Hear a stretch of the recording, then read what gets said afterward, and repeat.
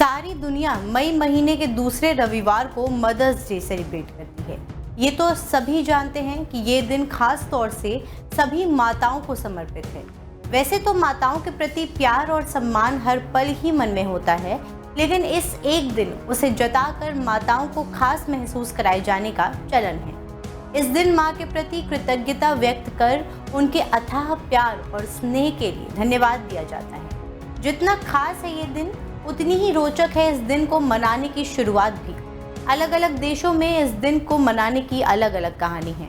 Mother's day की आपने तमाम कहानियां पढ़ी होंगी, जाना होगा कि इस दिन की शुरुआत कैसे हुई, कैसे ये दिन माँओं को समर्पित किया गया, कैसे ये दिन को उनके त्याग के लिए यादगार बनाया गया, कैसे इस दिन माँओं को सराहा गया और उनके समर्पण को धन्यवाद दिया गया। लेकिन क्या आप जानते हैं कि जिस महिला ने इस दिन की शुरुआत की थी, उसने ही इस दिन को ख़त्म करने की भी कोशिश की थी। यकीनन उनकी ये कोशिश सफल नहीं रही, लेकिन उनका परिवार और रिश्तेदार आज भी ये दिन नहीं मनाते हैं। क्या थी इसकी वजह? क्यों इस दिन की शुरुआत करने वाली ही इसके विरोध में उतर आई? हर कोई जानता है कि हर साल मई महीने के दूसरे रविवार को मदर्स डे यानी कि मातृ दिवस मनाया जाता है। करीब 111 साल से ये परंपरा चल रही है। इस दिन की शुरुआत एना जॉर्विस ने की थी। उन्होंने ये दिन अपनी माँ को समर्पित किया और इसकी तारीख इस तरह चुनी कि वो उनकी माँ की पुण्यतिथि जो कि 9 मई को थी, उसके आसपास पड़ी। दरअसल मदर्स डे की शुरुआत एना जॉर्विस की माँ एन रीव्स जॉर्विस करना चाहती थी। उनका मकसद माँओं के लिए एक ऐसे दिन की शुरुआत करना था जिस दिन अतुलनीय सेवा के लिए माँओं को सम्मानित किया जाए। हालांकि 1905 में एन रीव्स जॉर्विस की मौत हो गई और उनका सपना पूरा करने की जिम्मेदारी उनकी बेटी एना जॉर्विस ने उठा ली। हालांकि एना ने इस दिन की थीम में थोड़ा बदलाव किया। उन्होंने कहा कि इस दिन लोग अपनी माँ को त्याग को याद करें और उनकी सराहना करें। लोगों को उनका ये विचार इतना पसंद आया कि इसे हाथों हाथ ले लिया गया और एन रीव्स के निधन के 3 साल बाद यानी कि 1908 में पहली बार मदर्स डे मनाया गया। दुनिया में जब पहली बार मदर्स डे मनाया गया तो एना जॉर्विस एक तरह से इसकी पोस्टर गर्ल बन गई थी। उन्होंने उस दिन अपनी माँ के पसंदीदा सफ़ेद कॉर्नेशन फूल महिलाओं को बांटे, जिन्हें चलन में ही ले गया। इन फूलों का व्यवसायीकरण इस कदर बढ़ा कि आने वाले वर्षों में मदर्स डे पर सफ़ेद कॉर्नेशन फूलों की एक तरह से काला बाजारी होने लगी। लोग ऊंचे से ऊंचे दामों पर इन्हें खरीदने की कोशिश करने लगे। ये देखकर एना भड़क गई और उन्होंने इस दिन को ख़त्म करने की मुहिम शुरू कर दी।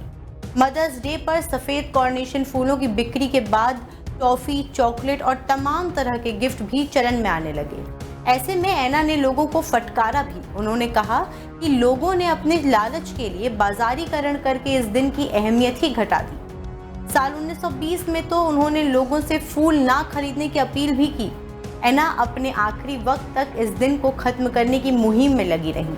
उन्होंने इसके लिए हस्ताक्षर अभियान भी चलाया, लेकिन सफलता हाथ नहीं लगी और 1948 के आसपास एना इस दुनिया को अलविदा कह गई। मदर्स डे के बाजारीकरण के खिलाफ एना की मुहिम का असर भले ही पूरी दुनिया पर ना हुआ, लेकिन उनके परिवार के लोग और रिश्तेदार ये दिन नहीं मनाते। दरअसल कुछ साल पहले मीडिया को दिए हुए एक इंटरव्यू में एना के रिश्तेदार एलिजाबेथ बर ने बताया था कि उनकी आंटियों और पिता ने कभी मदर्स डे नहीं मनाया, क्योंकि वो एना का काफ़ी सम्मान करते थे। वो एना की उस भावना से काफ़ी प्रभावित थे जिसमें कहा गया था कि बाजारीकरण ने इस बेहद खास दिन के मायने ही बदल दिए। आपको बता दें कि पहली बार साल 1914 में मदर्स डे को आधिकारिक अवकाश के रूप में घोषित किया गया। अमेरिकी राष्ट्रपति वुडरो विल्सन ने मई के दूसरे रविवार को मदर्स डे के रूप में मान्यता दी थी। हालांकि आधिकारिक घोषणा से पहले ही इस छुट्टी को व्यापक रूप से मान्यता मिल चुकी थी। दरअसल 8 मई 1914 को अमेरिकी कांग्रेस ने एक कानून पारित जिसमें मई के दूसरे रविवार को मदर्स डे घोषित किया गया और अगले दिन राष्ट्रपति वुडरो विल्सन ने आधिकारिक अवकाश की घोषणा की। साथ ही इसे उन माताओं के सम्मान में अवकाश के रूप में भी घोषित किया जिनके बेटे युद्ध में मारे गए थे। इस प्रकार पहला आधिकारिक मदर्स डे 10 मई 1914 को मनाया गया। फिलहाल के लिए इतना ही। आगे के अपडेट्स के लिए बने रहे हमारे साथ, देखते रहें डेली 24 भारत।